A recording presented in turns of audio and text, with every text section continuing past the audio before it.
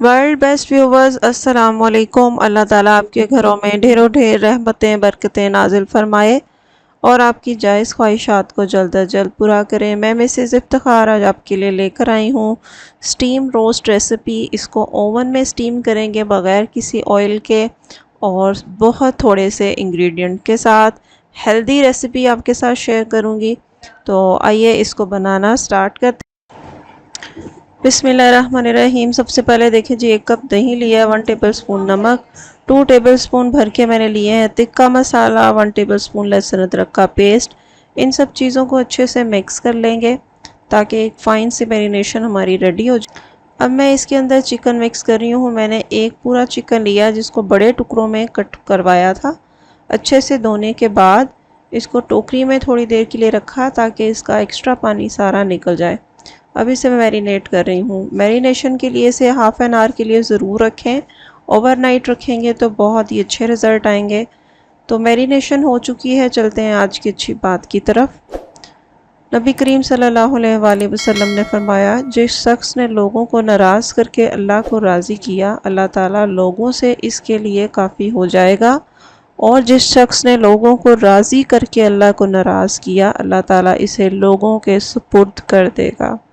अल्लाह ताला हमें हमारी ज़िंदगी के मामलात अल्लाह को राज़ी करके गुजारने की तौफ़ीक अता फ़रमाए।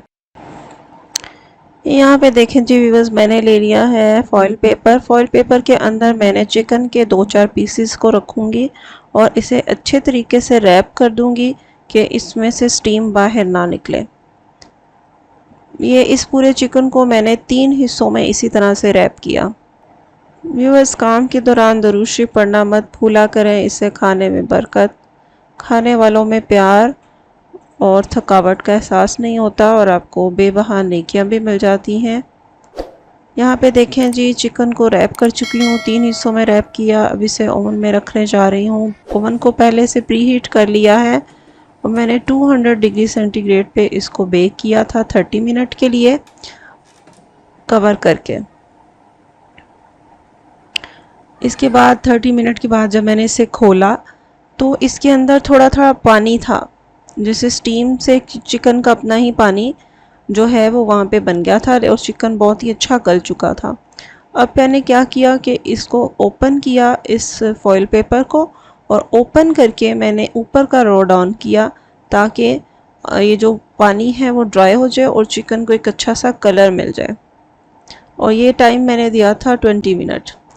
यहाँ पे आप देख सकते हैं 20 मिनट के बाद मैं दोबारा आपको दिखा रही हूँ। चिकन को बहुत ही अच्छा कलर मिल गया है और बड़ा ही ज़बरदस्त और यमी लग रहा है। इसको आप अपने पसंद के किसी भी सॉस के साथ सर्व कीजिएगा और बहुत ही अच्छा गल चुका है। तो उम्मीद करती हूँ आपको मेरी रेसिपी अच्छी लगी होगी। ज़िंदगी रही तो फिर मिलेंगे एक नई रेसिपी के साथ। तब तक के लिए अपना बहुत सारा ख्याल रखिएगा, दुआ में याद रखिएगा। Thank you so much for watching my channel.